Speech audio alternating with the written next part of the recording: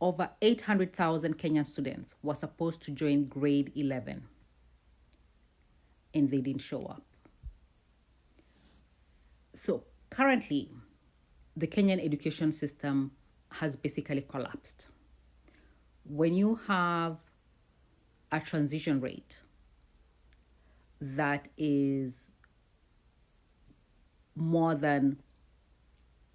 basically at 30%, 70% of the students are not transitioning, you have a collapsed education system. And when you have a collapsed education system, this is brought about by political leadership. Political leadership is what has failed Kenyans. The Kenyan education system has collapsed because of this. Now, there are a lot of apologists when it comes to the Kenyan government. And some of them will say it's a new system. Because it's a new system, it needs time. They need time to adjust. And the reality of the situation, the children don't have time for the government to figure itself out. And the government knew. They knew the students were going to go to grade 11. You mean to tell me when they were in grade 10, they didn't know? They knew all this. They have been knowing this. They should have planned for this, but they didn't. So if there's any evidence that Ruto is a failed politician, a failed leader, this is it. You are not supposed to have such a collapse. This is a collapse of an education system. And this idea that it's the parents' fault because they don't have money, they don't have enough money, or some students don't want to go to grade 11, some transfer to private schools, and all these reasons people are giving. When you have more than 500,000 students, more than 500,000 parents, you're having a political issue there. Political leadership, that's what you're having. So the political leadership in Kenya has failed. These parents has failed these students. This is not a money issue. This is a system issue. And this is a system collapse. The education system has collapsed.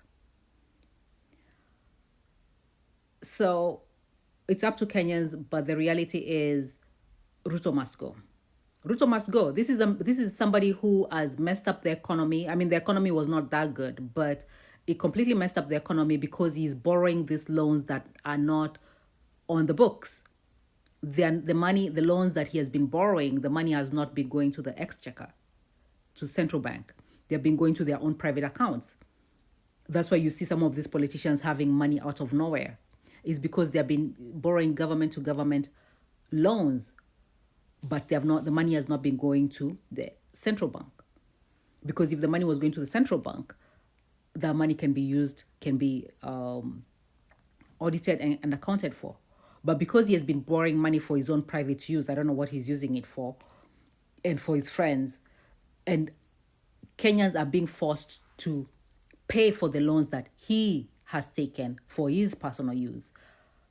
Part of the problem with the Kenyan budget has to do with this. The fact that Kenyans are paying for loans that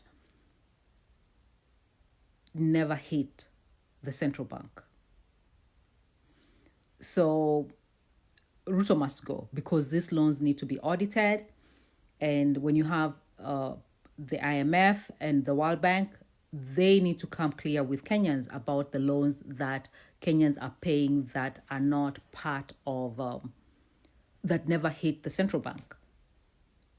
So there is a political failure in the Kenyan system. The political leadership has failed.